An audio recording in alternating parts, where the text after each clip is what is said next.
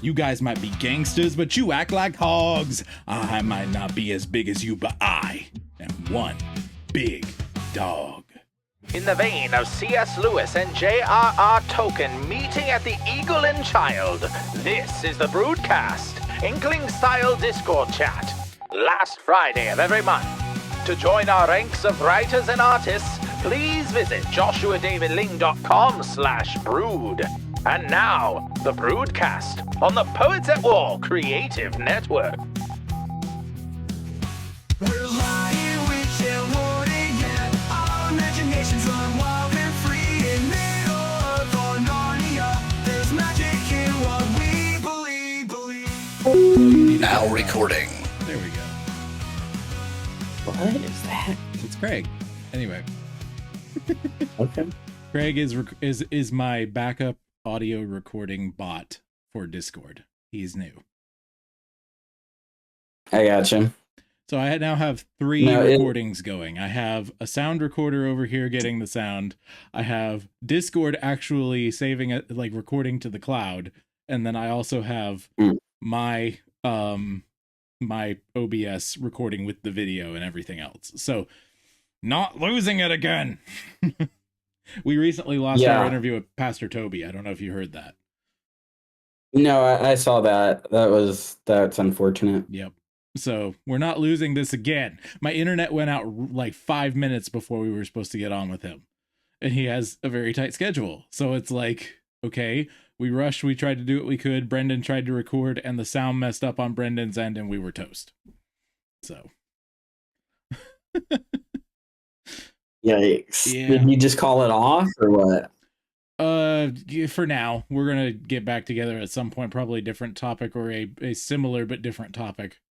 But like, we don't know yet. We're figuring that out. We're trying to get Avelina Balustri on for Creators and Crusaders for this month, but she's been sick, and so might end up pulling someone from the Brood. Who knows? Hello, Brendan. Good to see you, friend. Bibbidi bobbidi boo. Bibbidi bobbidi boo. We got Craig in the chat too. Look at that. It's Craig. Craig is doing his job, earning his keep of nothing. Is Craig actually recording? Yeah. Oh, good. Yep. Back up, Craig. Yay. Craig is recording. My sound recorder is recording, and OBS is recording. So we're good. Yep. I will be in The Invisible Man again because I'm wearing black. No, you won't, because I'm not going to use that. I'm cropping. I'm doing more editing now. What? No. You'll see it on the Burnt Marshwiggle, which is next week. But I am starting to do. Oh, you'll see it on Broodcast because that'll be the first thing that I get out with this style. But I've been developing a more mosaic style thing. It's hard to explain, but when I'm being the leader, it's more clear. That was one of the big things Debbie wanted. And so like visually, and so it takes more editing, but I think it's worthwhile in the end, especially now that I've dropped shorts. And yeah, so like a digital talking stick. Why did you drop your shorts, Joshua? That's just gross. I know, right? Anyway, what'd you say, Daniel? Like a digital talking stick. No, I just me in sort of a vertical 9x16 on the left-hand side when I'm being leader man. If that makes sense. So you may not because you don't speak video editor, but you'll see. It'll make sense. I'm actually planning on putting the person reading their story top center and then having everyone kind of around them so that it's like, ooh. Oh, yeah. So I'm doing more editing visually is the point. So, but yep. Yeah. Yep. Brendan, I did get the chance to read your thing finally. Not like in depth or anything, but it was while I was getting stuff ready for work today. Yeah. It was, from what I could tell, I wrote it down. Whatever it was, I wrote down. You said that there were some of the things that seemed arbitrary, but No, it said I was able to skim over it this morning. I liked most of what I saw, but some of what I saw came across as arbitrarily restrictive. But I chopped it up to world building and may have missed the initial that I may have missed on the initial pass through. Yeah, there's a couple of I don't want to say arbitrary restrictions, but there's because this is a Pathfinder game and Pathfinder has so much freaking content. I do have some no you can't. I do have some bans on things that the players can and can't use. Yeah. And then beyond that, it's a with the actual thing that I cared about, which was the summaries of the countries. It's a sort of it's just meant to be a brief thing, and it doesn't mean that like anybody can be from anywhere. Yeah. It's just that you should know that for example, the Empire of Selwyn, the dominant race is Moon Elves. Moon Elves are the dominant race in that country. That doesn't mean that there aren't other races in that country. Just The angry just that, beaver says, "Get over here." That's unsettling.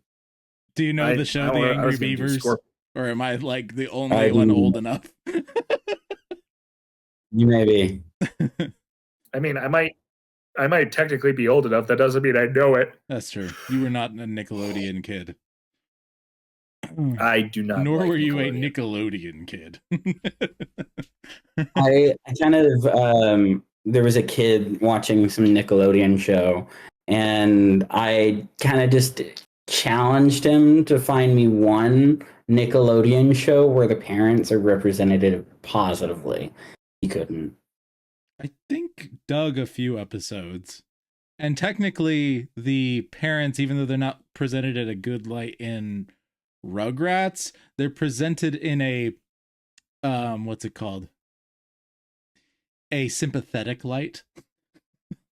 Yeah. They're like overworked, kind of like just always tired. Yeah. He was one of the kids was watching Invader Zim. Yeah.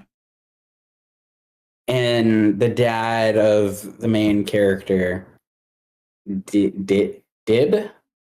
I don't know. I only know that show through osmosis.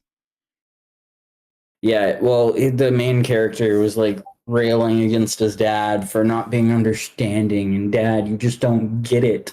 There was a Homestar Runner thing really briefly where they had the typical angsty teenager in the bedroom and he's listening to a song and they made up a fake emo song for him to be listening to, and it's like, no one understands me, no one understands me. It's just really funny.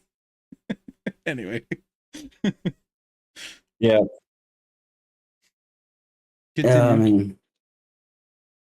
No, it's all good. And so I challenged him. It's like, okay, so you notice how like he's talking to his dad here? Is that really what you want to be doing? Is that how you would talk to your dad? And he's like, no, not really. But now I feel like you're judging me. And then I'm like, okay, well, just treat it like a game. Find me one show where the dad and the kids have an amazing relationship. Right. And then he was like, this one, no. And I think he said like SpongeBob, and I was like, where do you meet his parents? Where not his, but there are like good parents in SpongeBob in like various small episodes. I do know that. But okay. Yeah, they're not regulars. Well, I'll give you that. And I maybe should have added the qualifier of where the main character's parents make a regular occurrence and are actively participating in the story, play a positive role. And I don't know for sure. Bluey. What Bluey? Bluey is not Nickelodeon though. He's saying Nickelodeon. Oh, Nickelodeon specifically. Nickelodeon. I was gonna mention. What about Fairly Odd Parents? I haven't watched the show enough to know for sure, but I know the parents are there regularly and they're not antagonists.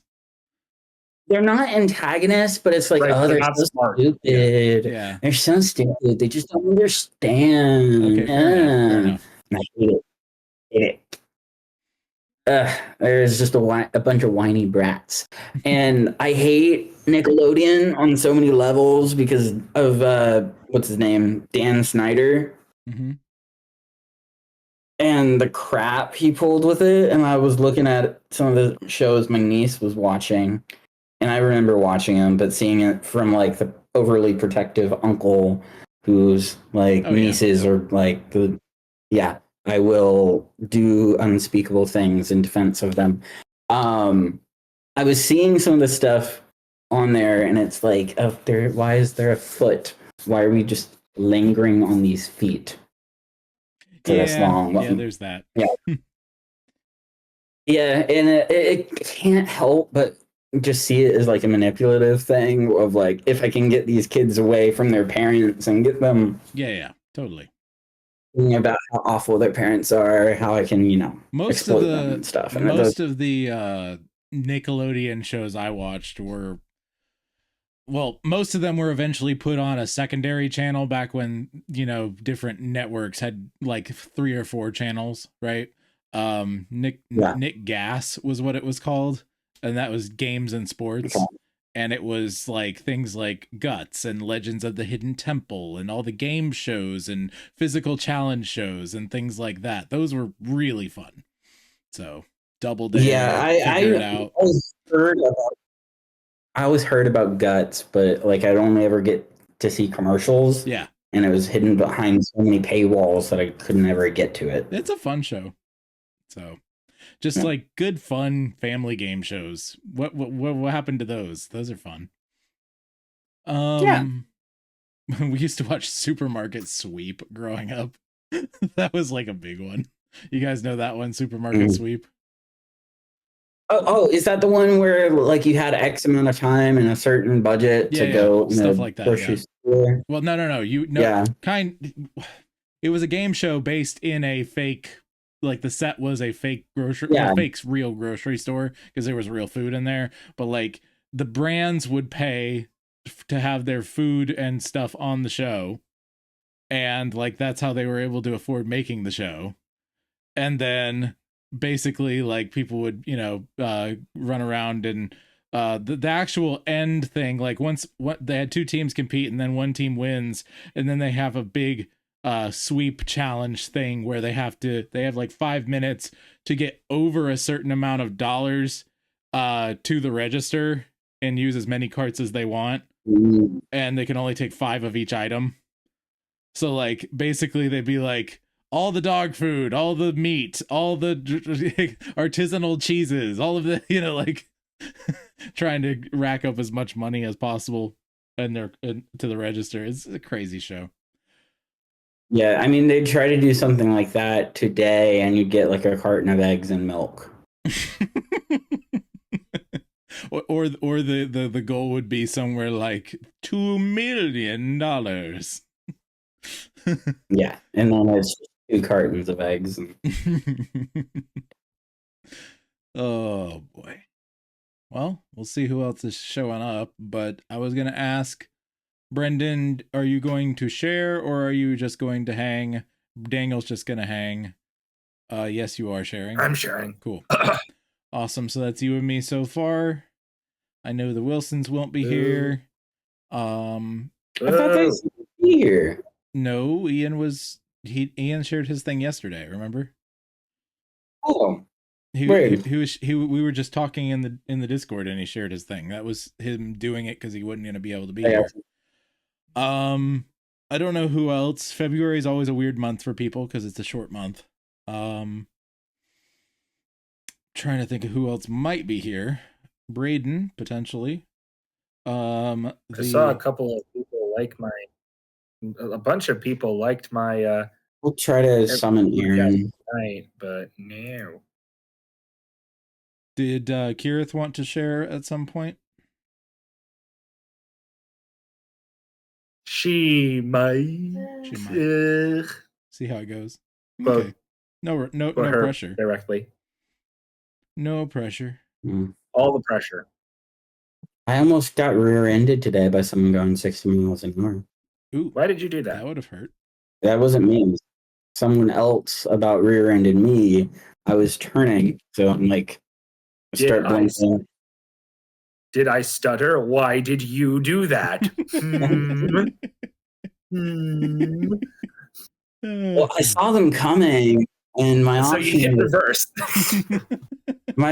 was okay. This is either going to be life. I sat there for a second, contemplating how fast they were going, because it could have been okay. Maybe they'll hit the brake and hit me, and it will be a good paycheck, or I die.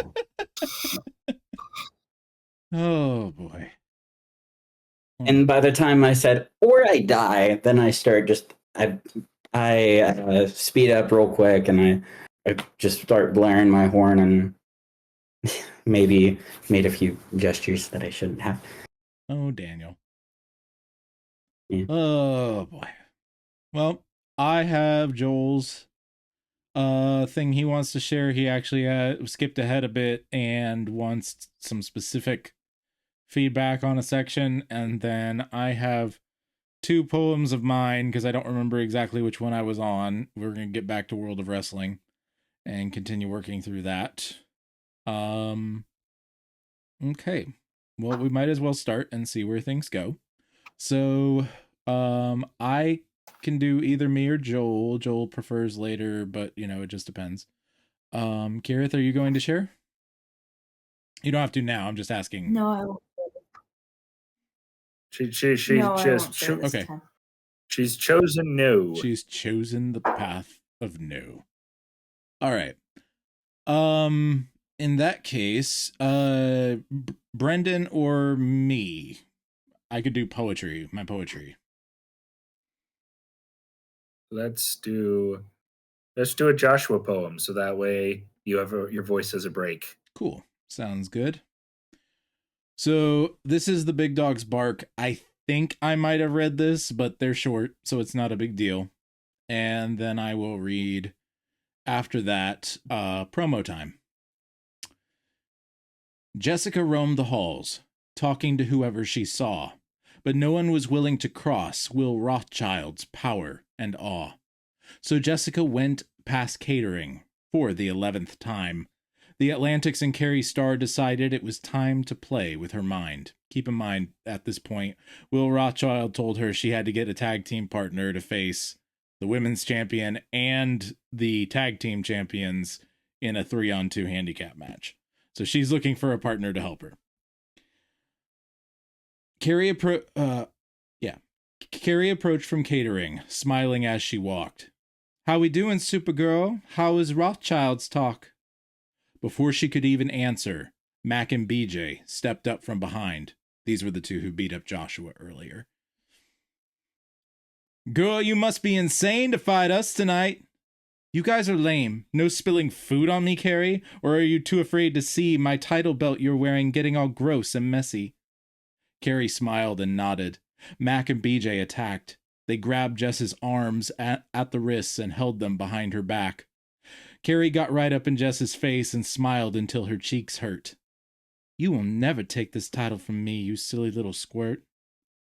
Carrie ran her hands along her gold belt, and Mac whispered in Jess's ear, "Besides, you've got a lot more tonight, of which you should be in fear." Jessica looked and saw some red in her periphery. Mac was yanked... Oh, sorry. Lost my place. Periphery. Mac was yanked back by his nostrils, and Jessica pulled free. She saw the rookie she'd met earlier about to stand toe-to-toe with all 6'6" of BJ Bass. Then Carrie Starr yelled, "Whoa! Save it for the ring, Neanderthals! You punks better be glad I got a nap! Jessica needs a partner tonight. Guess what? I got her back!" So Joshua steps up, saves Jessica in that situation. Moving on to promo time. "Okay, so Josh, right? You've been wrestling for how long?" Jessica skipped steps to keep up with Josh as he briskly walked along. About 2 years now. They trained me at 18. Would you slow down for 2 seconds? Are you still hyped up on caffeine? We need to get to know one another, develop some chemistry. Look, this stairwell will be fine to talk in. Please sit and talk to me." Joshua looked at his cell phone and then showed her the time. It takes 2 seconds to get to the promo set. Please, just speak your mind. Jess sat and motioned for Joshua to sit. I've only ever really tagged with one guy before, and he and I weren't always best friends. And so it was a chore to hash out anything like plans or strategy. I'm used to fighting my end of the fight, and whatever will be, will be. Why did you say you'd help me out? What's in it for you? You're the first of 2 people who've been kind to me, and plus, it's the right thing to do. Well, thank you very much. That means a lot. Now, are you a power type wrestler? Tell me what you've got. I have some power. I can take a beating. I tend to be scrappy when I'm competing. I don't just find weaknesses, I open them up. I don't know if that makes sense. No, it does. You're tough. I can handle Carrie and Lil Mac, but if BJ tags in, you have to have my back. I'll start the match and do my best to last. We'll tire them out, then you'll jump in fast. Got it? Got it. Good. It's time. It's promo time. Let me say my piece to them and then just speak your mind. Yes, it is a mixed gender tag match. This is common in wrestling. Not so much these days. They've kind of changed that, but it used to be. Anyway. So now we're doing a small time jump to them at the promo set. This is like as it shows up on TV, them cutting their promo before the match. Wolfman Dan was the interviewer backstage. He just finished interviewing Lil Mac and BJ Bass. Then their opponents, Jessica and Josh, made their way through to the set. And they didn't waste any time filming. One take was all they'd get. Wolfman Dan here backstage with Jessica Valero. Seems you found yourself a partner. Who is this fine fellow? Dan, I'll get back to him in a second. I just want to say thanks to William Rothschild for screwing up my day. My first day back from injury and he wants to retaliate against how I beat his pathetic daughter. I say great, just great. But I'll let my partner introduce himself. He's a rookie here. But Atlantics and Carey, I think you'll find this guy will bring out your fear. All eyes and camera trained on Joshua Slater's face, and every ear was listening within that studio space. Wolfman Dan put the mic up to Josh's mouth, and what came next proved that Joshua was definitely from the South. Ow! WWL! The big dog is here! Atlantics and Carey Star, you better watch your rears. The big dog is coming and he's gonna bite. Be on your toes, gents! Supergirl and I are ready to fight. You guys might be gangsters, but you act like hogs. I might not be as big as you, but I am one big dog. Joshua howled once again, and they cut to the interview there. Jessica turned red in embarrassment and the cheesiness she couldn't bear. Can we do another take? Sorry, Soups. That one was live. Great promo, though. And he gave Josh a high five. So there you go. Yes. Nice. Very nice. Dishonor on you, dishonor on your cow. Wait. You guys are supposed to laugh. It's okay. She's laughing. Good. What is the main character's name again? Joshua Slater. The big dog, Joshua Slater, and Jessica Valero is the other main character. They're kind of co-main characters-ish. It's mainly about those two. So. Hello, Brayden. Welcome to the shenanigans. What's up, friend? Hello. Not much. Been super busy this week. I hear that. Are you going to be sharing tonight or just hanging out? I'm just hanging out. I might have to hop off early, though. Whatever you got to do, man. Chime in when you want. Okay. Alrighty then. Well, we have. So I'm sorry. I'm trying to. Mm-hmm. The main female lead. What is her name? She goes by Supergirl Jessica Valero. Like the gas station? I mean, there is a Valero gas station, but the name existed before the gas station. Just like chevrons existed as a shape before Chevron. Exactly. Yeah. all good. I was just, it just, I thought yeah. that every single company, I thought that Target created the Circumpunct and the Target. Nice. Oh boy. So let's see here. We have Brendan, we have Joel, and Yeah, is that it right now? that's basically it. That's That's it right it. now. Yeah, Well, we've if we got end up unless more people join, we got a if this really ends short up, one tonight. if this ends up being a split show with Burnt Marshwiggle, that's okay. Mildly toasted beaver in the house. I didn't get the song edited into this next one, but if I get it, if we end up doing that tonight, I'm definitely putting the song in here. I'm figuring out ways to use it. That song is stupidly good, and I don't know why. Anyway, I feel bad for not saying anything, but I think you've got a good mix of character and action. Mm-hmm. You clearly know what you want. I'm not sure this is necessarily my thing, but then again, my thing isn't wrestling. Right. So this is for me more than anything. I get it. Like very few people are poetry and wrestling, but go ahead. But at the same time, it's like it's one of these things where it's like, it might pull me in if if I give it a shot. I don't know. Yeah. So, it's definitely got potential. I just, in isolation, the individual poems are fine. And you hate cringe, but you thought that was really funny, Yeah, it is amusing. I mean, I don't like secondhand embarrassment, and I feel secondhand embarrassment from cringe, but here we are. This is my life. Anyway.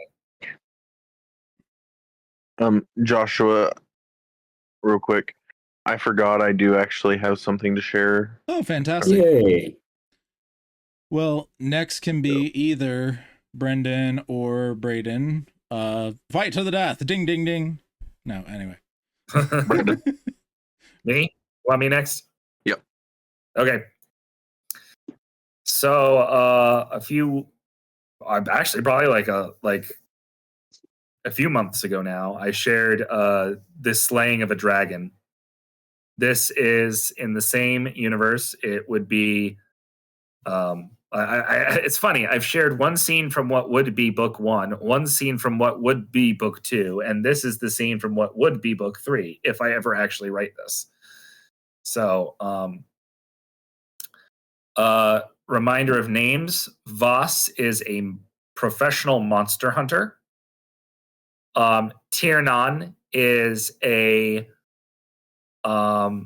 young, very young Skald who joined a military company. He's sort of the main character.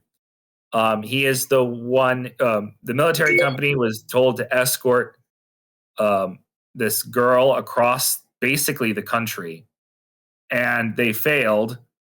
She got captured by trolls, and only Tiernan, Voss, and a few other ragtag people actually stayed to rescue her. The rest of the military company left, or mercenary company left. As a reward, he was allowed to stay with this girl who turned out to be a noble woman, young noble woman, returning basically to take her place as on the throne of her little kingdom thing. And then that kingdom was being terrorized by a dragon. So Tiernan left with a large company to kill said dragon. They succeed at great loss, but the loss happened before they even reached the dragon to slay it. So they basically pulled off an impossible thing. This is now in book 3 as sort of a reward for slaying the dragon. Tiernan was selected to become a baron of his own little barony in the wilderness of the. It's complicated. I don't want to get into the world building. As part, I'm thinking like he's got a war. He has a war that has come of beast men that are coming to his nation. The kingdom under which he is a baron has a war of trolls coming to them, and his city and his city and possibly town are being beset by a plague. So this takes place right in the middle of all that.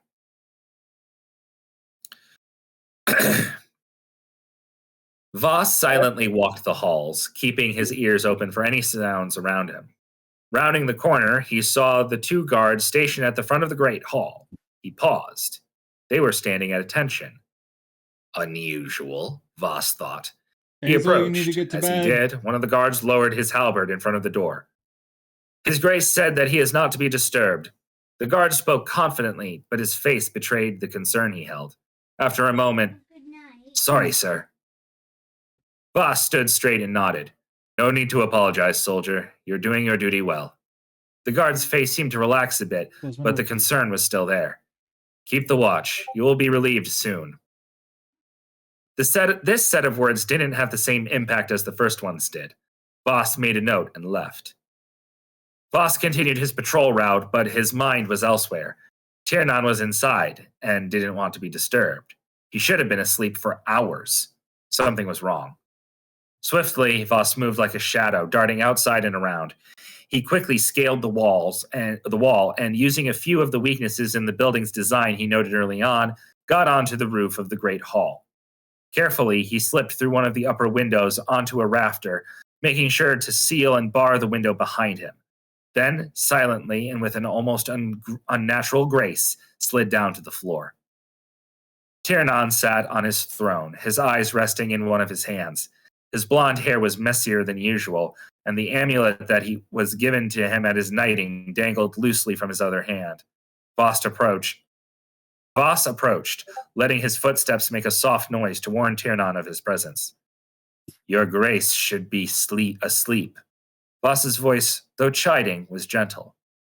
Tiernan stirred, but didn't look up. I am Baron, am I not? It was hard to tell if the question was genuine or rhetorical. Am I not allowed to do what I wish in my hall? Baron enough that your guards obey your commands. Voss approached the throne. That explains why I didn't hear you enter, Tiernan sighed. I guess I should have clarified that you or the others could enter. Voss thought for a moment. In this instance, perhaps. But in other cases, sorting your thoughts for yourself should be done on your own. Tiernan didn't move. What am I doing, Voss? The question was almost a plea. Voss just looked at his friend. Tiernan's face looked gaunt in the light of the central fire pit. I wanted to live great stories. I wanted to hold on, I need to expand this so I can read it. I wanted to live great stories. I wanted to experience great adventures. Now look at me. He waved his hand at nothing in general. I'm sitting in a chair as a tiny barony dies around me, and somehow I'm supposed to lead us out of it. He curled forward, his hands gripping the amulet as if he was strangling the life out of it. I'm about as much a baron as I am a dragon. The last sentence sank deep into the floor, the crushing weight of Tiernan's doubts laid out in the most simple of phrases. Voss knew he had to be careful. No, Tiernan. At the sound of his name, Tiernan seemed to stir. You are as baron as you are dragon slayer. He snorted. What, you mean a title that only exists because of a technicality? He shook his head.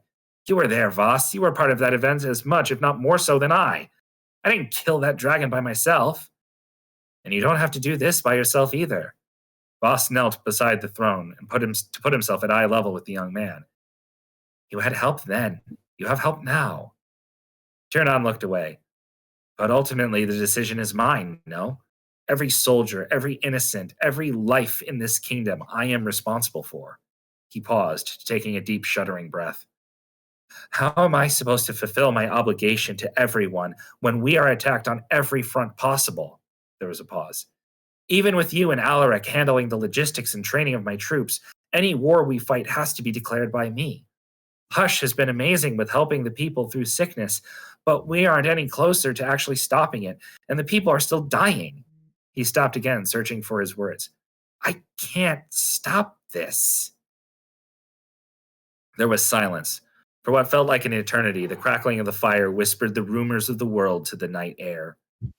Finally, after but a minute, Voss spoke. When the dragon attacked our caravan and we lost more than half our force, you were the one who rallied us.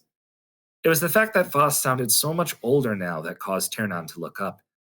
The hunter's eyes seemed to stare into an infinite distance, uncharacteristically absent from the present moment. The men chose to follow your dream, because they saw something in you.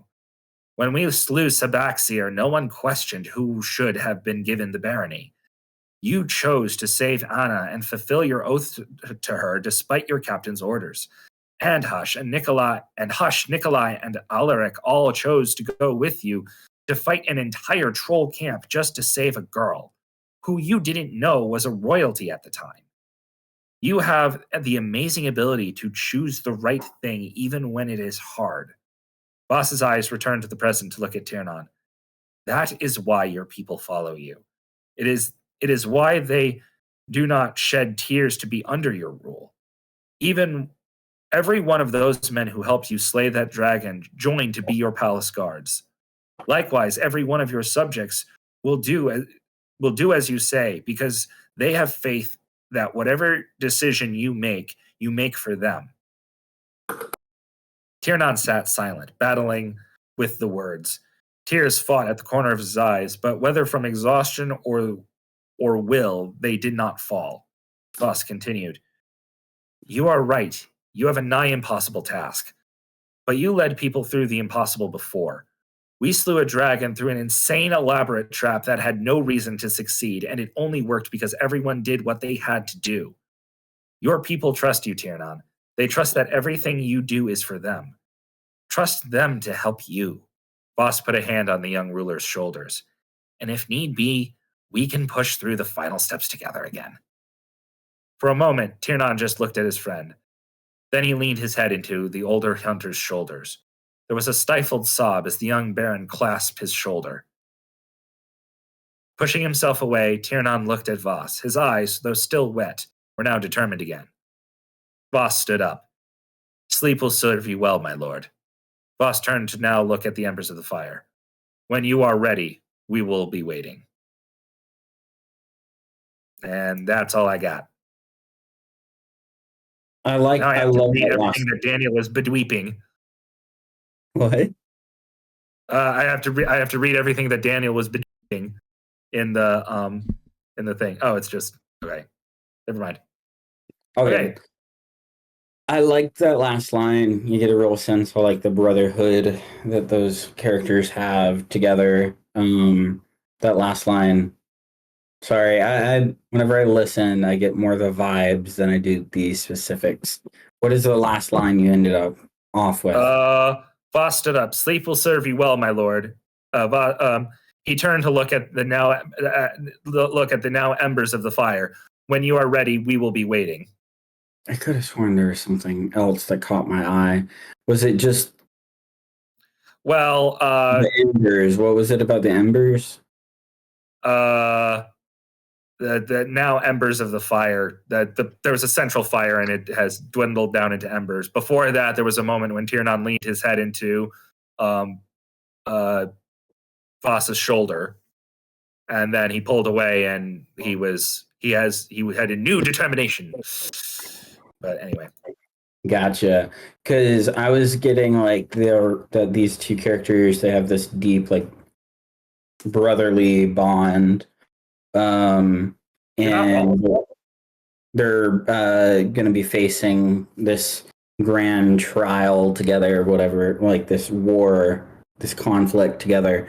And the vibe that I got, I don't know why I was picturing the image.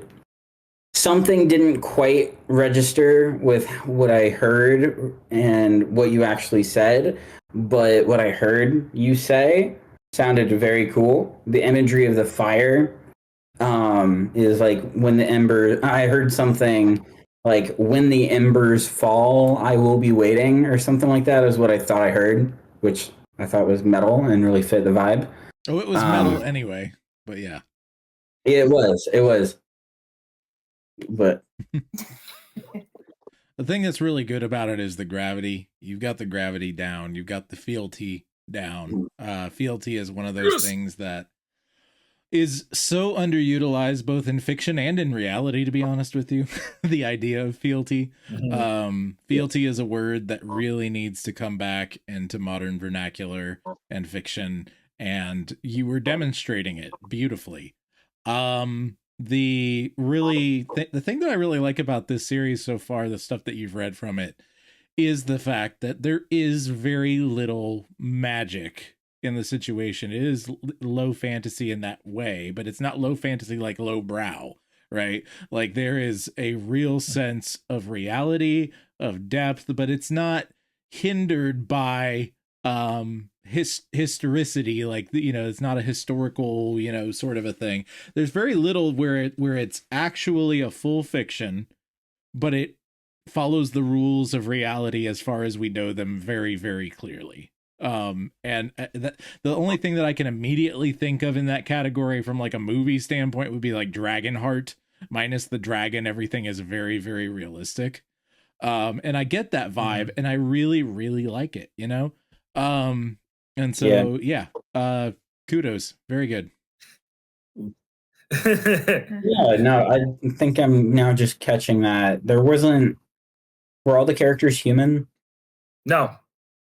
No. So, this takes place in in the world that Broodquest used to take place. Oh, okay. So there's Torian, which are half giant people, basically. They are actually anti-magic. They are resistant to magic, but they cannot use magic. Magic just doesn't affect them. Gotcha. There are kindred, which are animal folk. They have the capacity to transform into their given animal. They are a type of animal, and they have the ability to take the form of, like, you could have a wolf kindred, and they will be able to turn into a wolf or have their humanoid form. But the humanoid form, but it is also worth mentioning that the more powerful the kindred, they can turn into a wolf or a dire wolf, right? That's sort of one of the things going on here. And then humans have 3 different kinds of magic, but the magic depends on where you come from. It literally depends on your culture and bloodline. It's not, and that ties into the larger magic that occurs that actually Tiernan has, though he doesn't know it yet. Right. And that has to do with legend. Which, like, I'm glad that you think it's low fantasy. I'm sorry for deceiving you. Actually, there's 4 types of magic, but one of those types of magic is prophet. I mean, which is relatively low in that the magic isn't the focus. Yeah, exactly. Yeah. But that's the thing. Like, I think, like, the one of the things about this world is that, like, there was this idea that I heard somewhere where magic is like where magic is tied to being, right? Where you cannot do magic that is not associated with you. So Tiernan becomes a dragon slayer because he slays a dragon, and that legend actually, the fact that there's a legend now about him suffuses him with a magical thing that doesn't show up a lot of the time, but it gives him more success. It gives him like adrenaline to push through. It gives him very subtle, like, you're not supposed to know that there's magic going on. Right. That's my thing. Like, you're not supposed to know there's magic going on until, like, if he meets a dragon again, the fact that he is a legendary dragon slayer will basically make him like a Grimm from the Grimm TV show, where he suddenly is stronger, suddenly is faster, suddenly is able to slay a dragon because of this legend about him. Gotcha. Right? The universe confirms the legend. Yeah. So, right? Is it the universe confirms the legend, or is it more like the hobbits in the Lord of the Rings, where to Gandalf, where, oh, he's a cool guy, he does these crazy things, but he's not really they don't know his true power. No one would know Tiernon's true power. No one would know. Like, no one knows this is how it works. And the universe doesn't go, you are now the mighty dragon slayer. I bestow this upon thee. No, it's sort of a, it's sort of more, it's meant to, it's dealing with enchantment. It's dealing with the fact that the world has meaning and things point to things beyond themselves. And when a significant enough event occurs, things tied to that event will point back to that event and echo it in a way. That's a little, I'm coming up with too many hard rules for this because I have a clear idea in my head of like what goes on and why, but I can't explain it well. I'm sorry. It's okay. No, that made sense. That made sense. That's good stuff. But I'm really happy that you said the gravity, because that was one thing about this is definitely meant to be like a really because Tiernon's, he's fully aware he's not competent. Right? He's way out of his depth. And yeah, I was really trying. I really wanted to get that across. So I'm super happy you said that. Yeah, no, it definitely got across. All right, we've got 2 more at the moment, and if you guys want to hang, we'll keep the cameras rolling and just change the set to Burnt Marsh Wiggle and figure out a topic. But the next would either be Braden or Joel. It depends on if Braden's ready. Yeah, I'm ready whenever you are. Okay, you can go ahead, and I will read Joel to end us if we don't get anyone else in. And then we'll switch to Burnt Marsh Wiggle. If you all want to think of a topic, go ahead. I can come up with one either way. So, Braden, you have the floor. Okay. So I posted this in the group chat start of this week, end of last week, something like that. It's the tale of the market. Okay. In the beginning of all trade and commerce, there was the greed of man, where one would say to the other, how about 2 for the single lamb? So was born the age of barter, a weight for all that is bought. But soon the scales grew even sharper, as gold replaced what hands had wrought. No longer bound by toil or labor, but measured worth in minted gleam, and weighed the soul of friend and neighbor against the shimmer of a dream. Then men with swords would say, we'll exchange your gold for paper, and thus was born the mighty ledger, a kingdom ruled by ink and quill.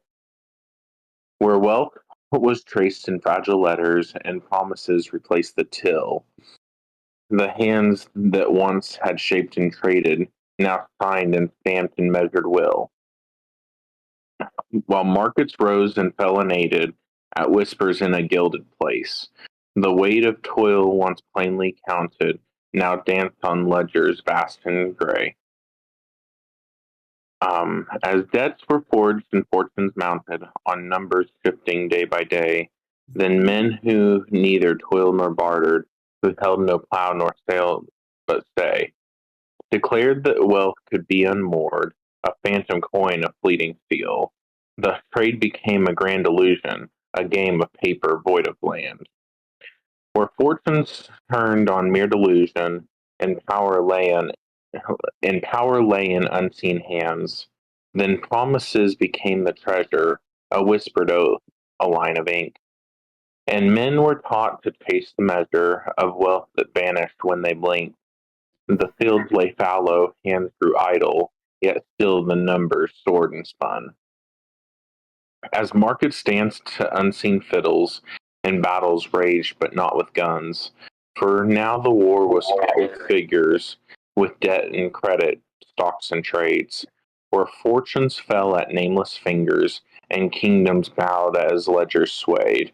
And even when the kings have fallen, these scribes shall weave the fate of men. With ledgers full and voices calling for wealth that's lost and found again, yet though the markets rise and wither, and gold gives way to fleeting trust, The toil of hands shall long outlive her. The ground remains, the iron must. And when the final debt is counted, and ink runs dry on praying scrolls, the earth shall yield to those who've mounted their fortunes not on paper's toll. And thus the tale is ever turning from greed to toil, from toil to dust. Yet men still dream of endless earning and chase the promise of the just. And in the end, when all is shaken, the earth will stand though all is taken.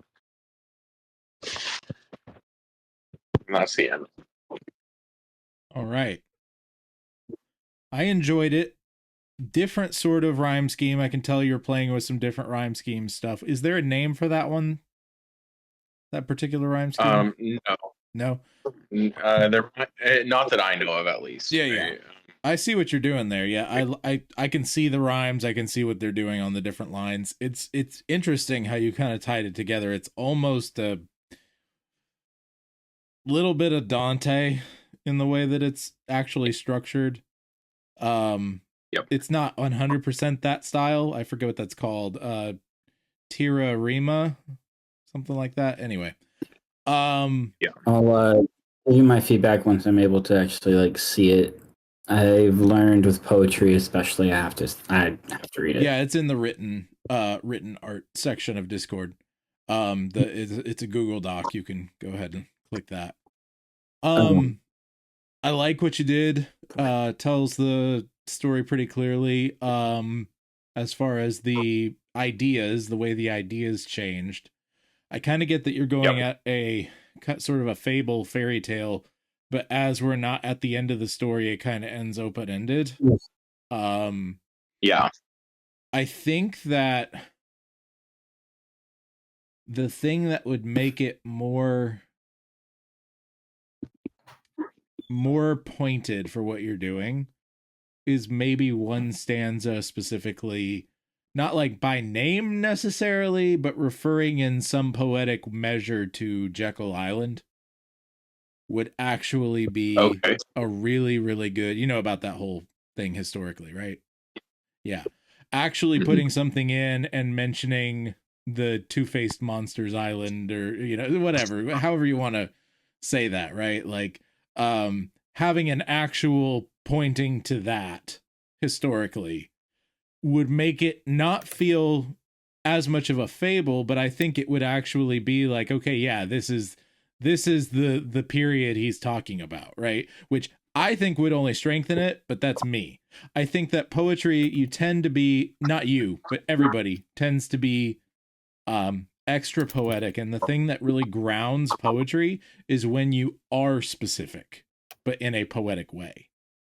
Yeah. So I really do like it. It does a good job. I think it just is missing something more grounded in general, even if you don't do Jekyll Island. But I thought that specifically would probably be the best thing to poetically talk about. So, yeah. Yeah. My biggest thing is I understand how much it, like, the theme is similar. I assume you've read some of Rudyard Kipling's works. Yes. Joshua. Yes. I don't know if anyone else has. It's been a really long time, but I know his style. Yes. Yeah, he wrote a poem called "The Gods of the Copybook Headings." Yes. It's a very similar theme. I don't want it to be that.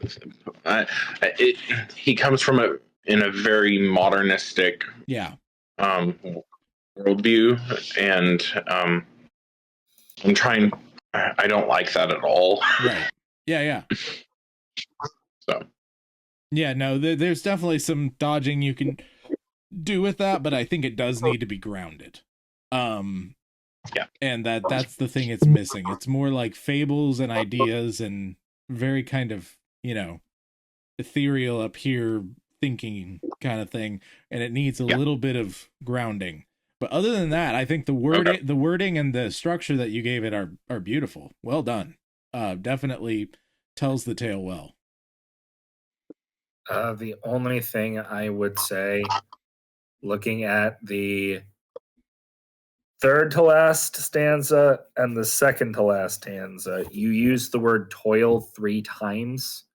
Yeah, there's that. I don't know if you want to change the first toil in the toil of hands shall long outlive her to a different word. I don't know, work of hands Labor. or the labor of hands. The works or the labors of hand. The works of hands or the labor of hands. Yeah.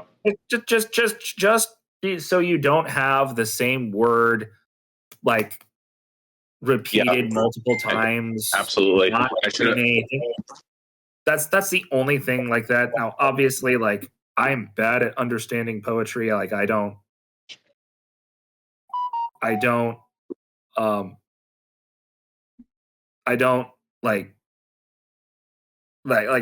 the fact that I had an issue poem the other day means that like I'm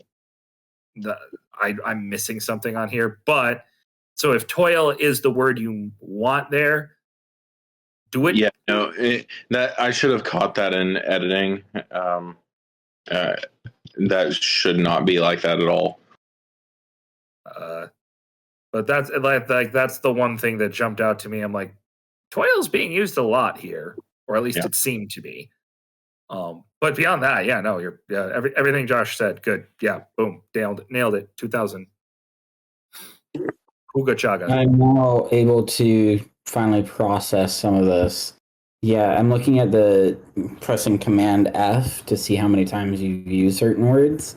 You use ledgers 3 times. Yes. But that's the point of the poem. Right, yeah, I know that. Ledgers. The themes of money and banking you're going to see multiple times, and I'm okay with that. I am not okay with like what you were saying, toil, and there. I need to figure out a different word to. Yeah, that shows up 6 times overall. Yeah.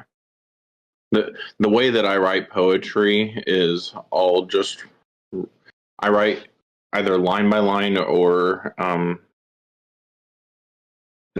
stanza by stanza, and I'll write the whole thing, then come back and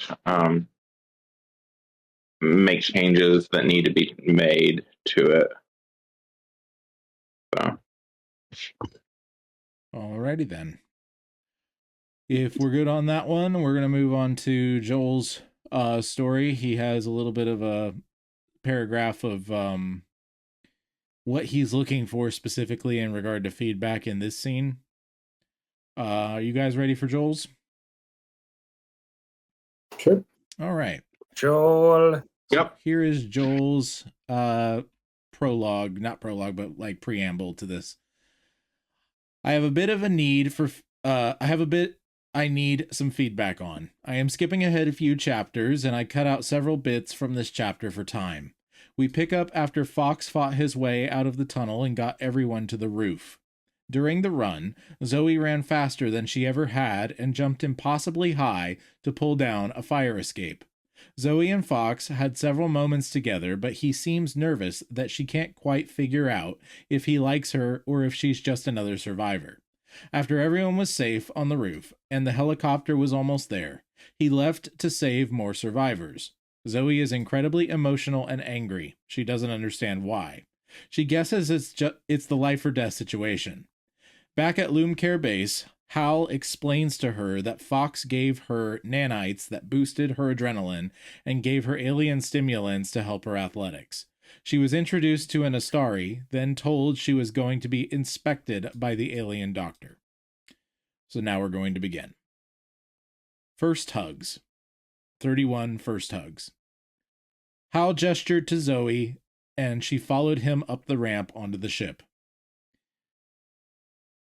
I don't remember how specifically, so I'm just going to kind of do voices until I figure it out. We are going to do a quick scan first. Then you can freshen up and get a change of clothes, he said. Zoe looked down at her blood-soaked scrubs. Thanks, I need a shower, she replied self-consciously. At the top of the ramp, Zoe saw another alien. She guessed it was a female by the smaller frame. This one was petite, an inch shorter than Zoe herself, and actually appeared to be nervous. She was standing with her back to them and was holding her bright blue fluffy tail in her hands. When she turned around, Zoe saw her two large eyes were nothing like Booster's four. One eye was a bright purple, the other sky blue. "This is Starlet. I believe you may know her already," Hal said, confirming Zoe's suspicions. This was the calming, reassuring voice that had helped guide her in the hospital, through the subway to the safety of the rooftop. The voice that had been her sole companion during the few terrifying moments of confusion when she first woke and had promised to stay with her through all of the danger. Losing that voice had been the hardest part about giving Fox back his helmet. The helmet. The helmet. She was watching me sleep through the helmet to make sure I was safe. That's why he left it. Starlet gave a shy smile and with a nervous, jerky movement, held out her hand to shake. Zoe stepped in and hugged her tightly. The scent of her fur filled Zoe's nose, with a smell like flowers and honey shampoo. Through the soft fur, Zoe could feel Starlet tense, then relax and squeeze her back. "Thank you so much," Zoe whispered in her ear. "I would have been lost without you." After a minute, Starlet broke the hug and dug into one of her pockets. She produced a pair of glasses that she offered them with a little nod. As Zoe put the glasses on, the familiar HUD appeared on the lenses. A pair of tiny speakers click on by her ear. It should the clicked on, I think, there. Starlet gave her a huge grin and hugged her again. "It is most good to finally meet you," Starlet said in her soothing, song-like voice. Starlet broke the second hug, took Zoe by the hand, and led her into the ship's narrow corridor, with Hal following behind. "Starlet, is that your real name? It sounds English," Zoe asked.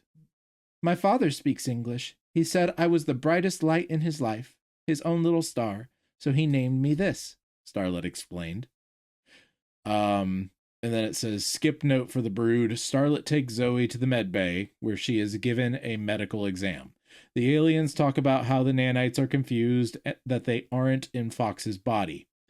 Why is there so much estrogen and why is there so little testosterone? Where did this new thing come from? Her ovaries? Why did all of his muscles shrink? And so on. They explained that her moodiness is from the nanites trying to correct the hormone balance for Fox and giving adrenaline boosts for his weight. They reset them and tell her that she will feel fine after a nap. Kira is very cold with Zoe and watches her suspiciously. She is worried that Fox will fall in love with Zoe and stay on Earth. Hal leads Zoe out of the ship. And now we're getting back into the story. Starlet, you are to remove those nanites as soon as she is healed. I want her on the human quarantine ship by by tonight. You will use her last name. Kira did a quick search. Phillips, in the files so that Fox cannot track her. You felt his emotions when she looked at him. We must get her far from his mind. Yes, Captain. Hal led Zoe off the ship and down a hallway to the next building, telling her he was the only one who had gotten nanites, and about how he had been dying 2 weeks ago. He brought her to a hallway lined with small bedrooms. It was empty, and their footsteps echoed eerily as they walked. He opened a door to a room that had a clean set of scrubs next to a loom care uniform on the bed. There's a shower and a bathroom through there. He pointed to another door. We scraped up some clothes for you. You're welcome to wear whichever fits best and is more comfortable. Take your time. Someone will come for you to make sure you don't need anything. He smiled and shut the door behind her. She was alone, and she hated it. The silence made her uneasy, and her eyes darted around the very small dorm-style room. For some reason, it had a queen-size bed crammed against the back wall. A desk and locker sat on one wall, and a door leading to a shared Jack and Jill bathroom on the other. Zoe walked through the bathroom and locked the door to the next bedroom. Then then saw herself in the mirror. She was covered in dirt, dust, grime, blood, and who knew what else. Her face was streaked by tears that had left trails through the dirt as they had rolled down her cheeks. Her scrubs were stained dark with blood. Turning on the shower to let it warm up, she started taking her clothes off, emptying her pockets first.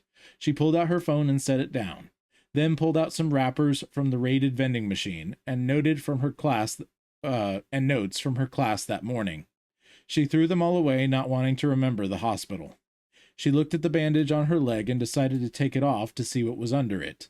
There was barely anything there, just a thin pink line that might not even be a scar. She thought about how bad it had been. Clearly, the nanites were as good as the general had said.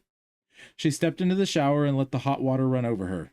With the water beating rhythmically on her back, she began remembering everything she had been through. Time seemed to dissolve as her mind wandered. Zoe didn't know how long she had been in the shower, but after a time, she thought she should actually use some shampoo and soap. Her thoughts turned to Fox as she scrubbed her hair. She had been so certain that they had some sort of connection. After all, he had risked his life to get her out of there. He had seemed to truly care for her. Had that all been in her head? Was she just another person to save as a part of his mission? According to Kira, he saved people all the time. He didn't like the answers she gave herself. I guess I should be happy he found me. It sounded like she was the only one left alive in the whole hospital. She had got out and dried herself off, hoping to get a signal now that she was out of the city. Or she checked her phone. No luck. The missed call notification grabbed her attention. She didn't know when the meteor hit, but she knew what time the surgery started. The impact was shortly after that. The timestamps put these calls much later. Thinking about it, she remembered one of the calls was what woke her up. She couldn't place the other. Curious, she clicked the number. It connected immediately, despite the lack of signal. "Fox here, leave a message," came the voice over the speaker. It surprised her so much that she hung up out of panic, nearly dropping the phone. It all came back to her. He called me. He was looking for me, specifically me. How did he get my number? Zoe was excited by this and pondered its meaning for a time, until she began to feel sleepy and forced herself to get ready for her nap. She got into the scrubs, since they were the most like pajamas, climbed into bed, and shut her eyes. Memories of all the people that had died drifted through her mind, stirring a mixture of sadness and anger inside of her. The feelings weren't as strong, and now she knew where the anger was coming from. It faded much faster this time. Zoe fell into an uneasy sleep and slipped into a dream about bloody hands reaching for her. She woke in a sweat. Looking around the empty room made her nervous. Her eyes kept darting to the bathroom floor. The shadows played tricks on her, making her think something was coming for her. She closed the door and tried to sleep again. Every time she closed her eyes, the bloody hands were reaching and teeth were biting. Zoe woke in tears, each time to the terror of her memories. Starlet stood in the hallway and plucked at her tail, trying to gather the courage to knock. She still had access to all of the nanites Fox had given Zoe. She had watched Zoe's vitals and saw her heart rate spiking, accompanied by rapid breathing. It was exactly what Starlet had expected. Nightmares. Am I really doing this? Will any of them ever forgive me?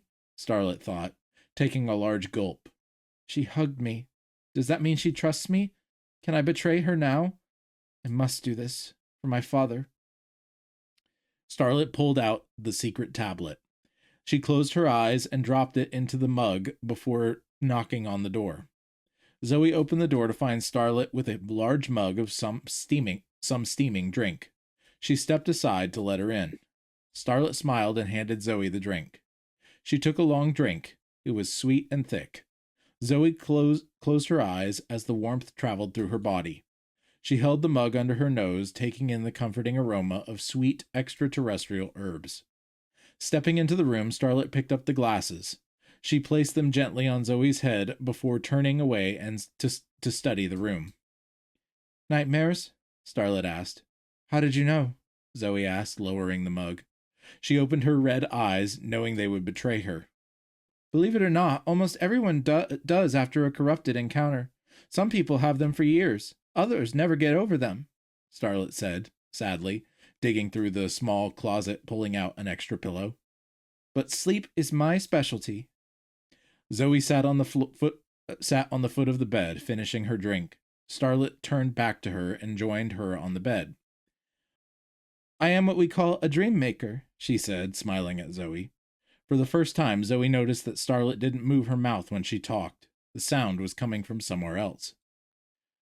It's the glasses. I can transmit my thoughts directly to your ears and eyes. I can stimulate them even after you fall asleep, guiding your dreams to peaceful and calm places. Let me show you. She adjusted the pillows on the bed and sat with her back to the wall. When Zoe hesitated, she looked up. Oh, humans don't share beds, do they? I can sit in the chair, Starlet said, getting up. No, Zoe said, remembering how alone she had just felt and how her mind had been playing tricks on her. You can sit next to me on the bed. I don't want to be alone. I keep thinking I see things. That is also common after a first encounter. Zoe put the empty mug on the desk and lay down curious. Starlet began to make a purring sound. The vibrations relaxed Zoe with their pleasantly hypnotic pulses. Starlet began to sing in her calming voice. Zoe closed her eyes.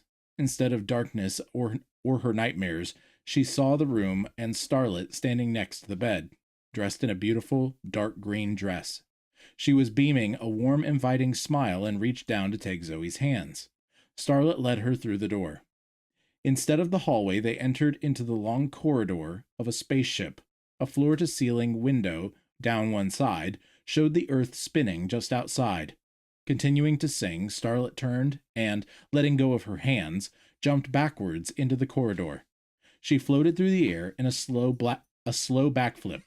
Then, touching the ceiling with her feet, she pushed off and floated back to Zoe, spinning as she performed an airborne dance. She took both Zoe's hands and gently pulled her into a zero gravity. Zoe watched as her world turned against a starry background. It was breathtaking. They floated in front of the window for a few moments. Starlet continued holding Zoe's hands and singing. There are 2 more paragraphs I'm going to pause real quick so Casey can say hi. Say hi, Casey. Hello. Hello. One-hander Hello, tonight Casey. because I have a bag in my other one. It's always funnier when you have the laptop on your lap because it's just like precariously about to fall. Well, Oh, you that's guys, great. I'm gonna because I don't know if we'll do my nails tonight. We're both tired, but Okay, you going to I'm Heather's? still going over. Okay, enjoy. I'll see you in a little while. All right, we'll finish this up, and yeah, he does have what he wants one more time, specifically. But yeah, actually, it's one more paragraph and then his little end piece. So here we go. Music was now accompanying the song. It seemed like it had always been there. Starlet led Zoe across the hallway to a door on the far side. It slid open and they floated through. Suddenly, they were falling through a light mint green sky with cotton candy pink fluffy clouds. They fell slowly, spinning in a carefree spiral, until they landed on soft orange grass. They were in a garden. There were purple trees and a pink river that flowed through it from a waterfall. Butterfly-like creatures with bubbles for wings fluttered between rows of alien flowers that came in every color imaginable. Starlet continued to sing as she led Zoe through this beautiful, alien botanical landscape. There was no sense of time or thought of the past day or what would happen when she would wake. Zoe made her way through Starlet's dream in wonder and peace. So this is what Joel is asking. I would like your thoughts on dream making and Zoe's reaction to Starlet climbing into the bed. What Starlet put in the drink isn't told for several chapters, but there are hints. I am debating on cutting that she put something in the drink and just saying she's nervous about betraying her new friend. I question, what does her adding something to the drink add to the story? Mm-hmm. Yeah, we kind of need to know what's happening later. To answer that specifically. I think the bed stuff is like there's a little bit of character stuff in that, but you're already in an uncomfortable situation. Making it more uncomfortable doesn't necessarily help with what we're doing. I think that it actually, the alone part isn't as important in this moment, I think, as the I'm terrified because I've basically just died multiple times. Like the fear of the violence, I think, is going to be stronger than the fear of being alone. But that's my thought. Obviously there is no violence, so being alone is a little bit scarier, but yeah, go ahead. Well, we do have the potential for a unreliable narrator here, True. because for me, the fear of being alone isn't so much actual fear of being alone, so much as fear as what will happen if you are alone, which is kind of like a duh, right? It's like Right. people aren't afraid of heights, they're afraid of falling from heights. Well, the horrible violence, the dying, the monsters, the all of that, you can still say, I don't want to be alone. Please don't leave me alone. Right. And have your fear still be like the horrible monstrosity, things like that, and like the isolation. Well, not the isolation. Isolation is sort of a different fear, but like you can still have her think the problem is that she's being left alone when in reality she just hasn't had the time to process the trauma of basically being chased by zombies. Right. And everyone she knows is dead, and she just went through all kinds of crazy stuff. Anyway, I think the dream's fine. yeah, Like so it's weird and wacky, and it's clear like there's some wacky junk going on, but like I have no problem with any of that. I think the dream making is a good thing as far as like as I can see. I don't know what the betrayal is at this point, so I'm still kind of waiting on that.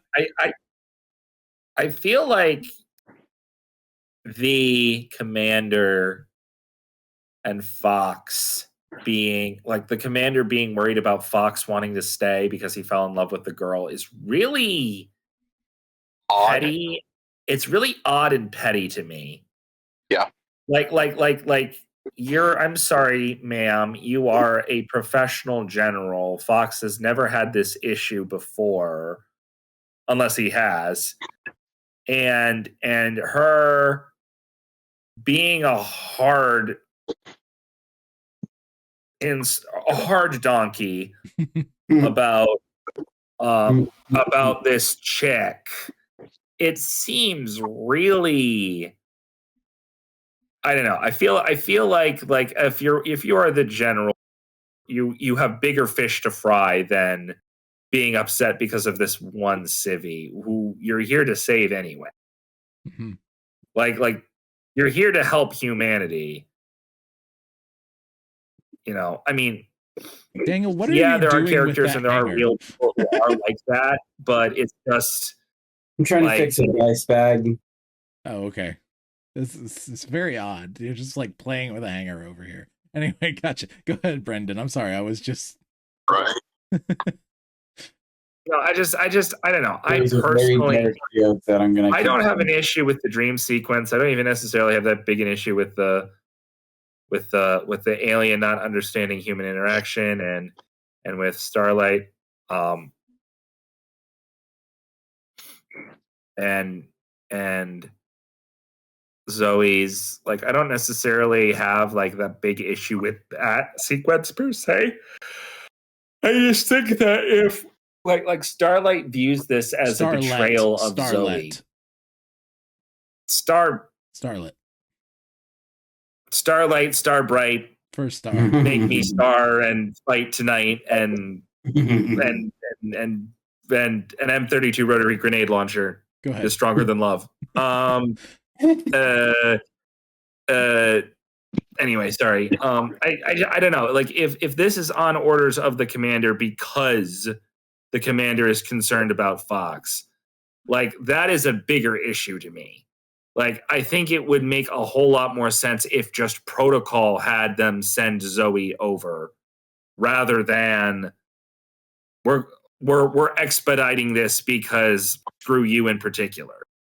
Yeah, Like that to me, I don't know. I feel like that is a bigger issue. at least without an explanation of why that would be done. Yeah. There might be a legitimate reason that that commander sees that issue and, hey, we need to separate this way before it. All right, Fox gave her nanites. That's a problem because the proximity of his nanites to her will end up causing more problems to her. So we need to expedite her getting far away from him so that she's not adversely affected by him and he's not adversely affected by her. Right? Yeah, that would right. make sense to me. But that wasn't the vibe I got, or not the vibe. That wasn't the understanding that I got. Right. So it feels a little contrived and a little not forced, but again, like petty. Right. And I don't think you can be a general of an operation this large with super soldiers like Fox and be petty. Right. Like you wouldn't have survived to get to this point. Right. All right. But like, yeah, I'm nitpicking here, and frankly, Joel, like I've said this before, and I say it again, you're a dang good writer, dude. He is. Like your language and your syntax and flow and everything like that, from a technical standpoint, you are very, very good. So one of the things that I do know about this, and it doesn't necessarily change anything from what we're saying, but just a reminder from previous chapters, Fox knew Zoe's, I want to say grandmother, but I'm not exactly right because he was a human from Earth earlier, like 50s. And he aged differently and all that kind of thing. So he has a connection to Zoe of a type. And so that might be factoring into the commander. I believe his name's Hal. Like him being weird about that, but I don't know the specifics off the top of my head. I just know that bit of lore, and so I'm trying to piece it together too. I really did enjoy it. As far as the dream stuff goes, I feel like we kind of get out of Zoe's POV when Starlet comes in, because we're doing that whole like Starlet's worried about going in, and I kind of want to stay in Zoe's POV a little bit more. Like, it's still third person POV, like I get that, like, but I want to know more about what Zoe's feeling in this moment than what Starlet is feeling in this moment, to be honest. Because we see brief glimpses of Zoe's suffering, and maybe that's just this scene. Maybe we've been dealing with Zoe's suffering for chapters and chapters and chapters, and you just had to break it up. But I kind of want to stay with Zoe a little bit and know what Zoe's thinking and feel the weirdness of sort of going into, it reminds me of the Sasquatch scene in the Pick of Destiny, of all things, the kind of dream sequence that we're going through, just really psychedelic, weird craziness. So I kind of want to know what Zoe's thinking about that. Obviously she's relaxed, but she's got to be kind of thinking, well, this is kind of weird, but I feel really relaxed. So like, I think the reader would associate with that more than with Starlet's POV on that. So yeah, that's all I had. Daniel, did you have anything, or Braden, if you're still here? I think you are. Yes, you are. I relate with the POV switch. I felt like I was connected, and there was this disconnect whenever the POV switched, where my attention went to other things, like trying to fix this dang thing. I was like with the program, POV switch, dice bag. So I think it would be a bit more effective to just stick with the one for a little bit longer. Let me linger. Okay, Braden? I don't have anything to add to what has been already been said. Okie doke. Well, in that case, let's see. We've been recording. It's been an hour 45. That's about long enough for a broodcast. We can chill and hang out. So I'm going to go ahead and say, everybody, be your family's bard. Do not turn to the right or to the left, and the Lord will be with you wherever you go. We'll see you next time in the pub on the Broodcast. We're lying, reaching, warning, yeah. Our imaginations run wild and free in Middle Earth or Narnia. There's magic in what we believe. This has been the Broodcast on the Poets at War Creative Network. Inkling Style Discord chat. Last Friday of every month. To join our ranks of writers and artists so you can share your works and skills, please visit joshuadavidling.com/brood.